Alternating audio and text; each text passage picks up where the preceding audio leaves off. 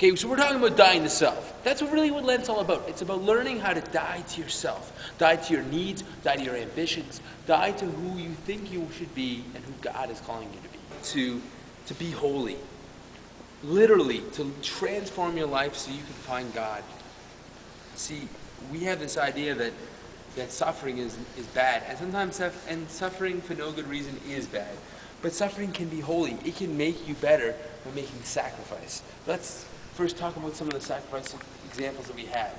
Think about Abraham and Isaac. In the Old Testament, Abraham was going to give up his only begotten son. And yet, God never made that a requirement of him. At the end of the day, but it was the fact that Abraham was willing to do that. God will take your will and transform you.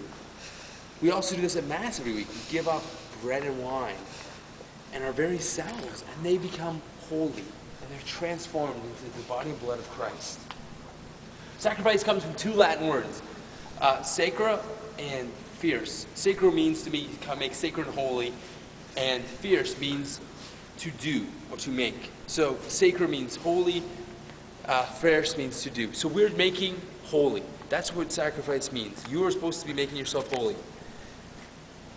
And it means that we want to change, we want to die to ourselves, we want to choose God and stop choosing the way of the world.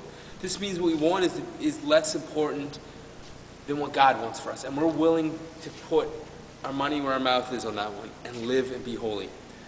This is exactly what Jesus did when he died, when he was crucified on the cross. He literally said, "Not my will, Father, but yours be done." And we were seeking God. He did it so that we would be saved and that our lives would be changed. We celebrate Lent to mark this opportunity, to join our brothers and sisters who are preparing to come into the faith and offer up some sort of sacrifice to make ourselves holier, like our brothers and sisters who are becoming Catholics in Lent. It reminds us of the 40 days in the desert when Jesus was tempted by Satan, and 3 times he made himself holy by choosing God. It reminds us of his walk towards his cross. And it sounds like this should be a really sad time for the church, but it's not. It's a really amazing opportunity to reevaluate where you are in life and where you should be. Where should you be with your faith journey? This is like a wake-up call. The alarm's going off. Ding, ding. Be transformed. Take this opportunity to be holy.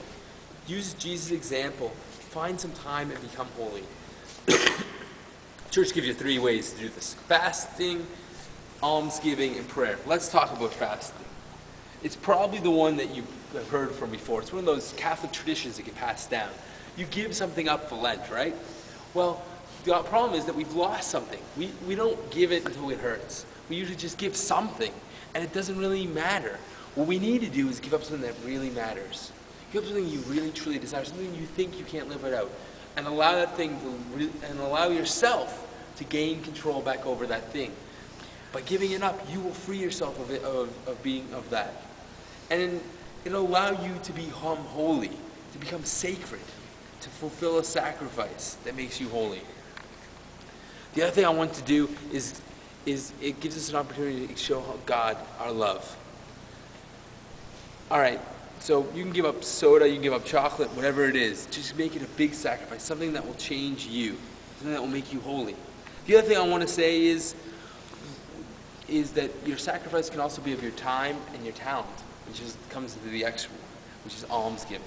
I mean, this can be financially. You can start giving things. We're going to give you something with Development of Peace that gives you an opportunity to become aware of the way you use your resources in life, and it gives you a chance to give back.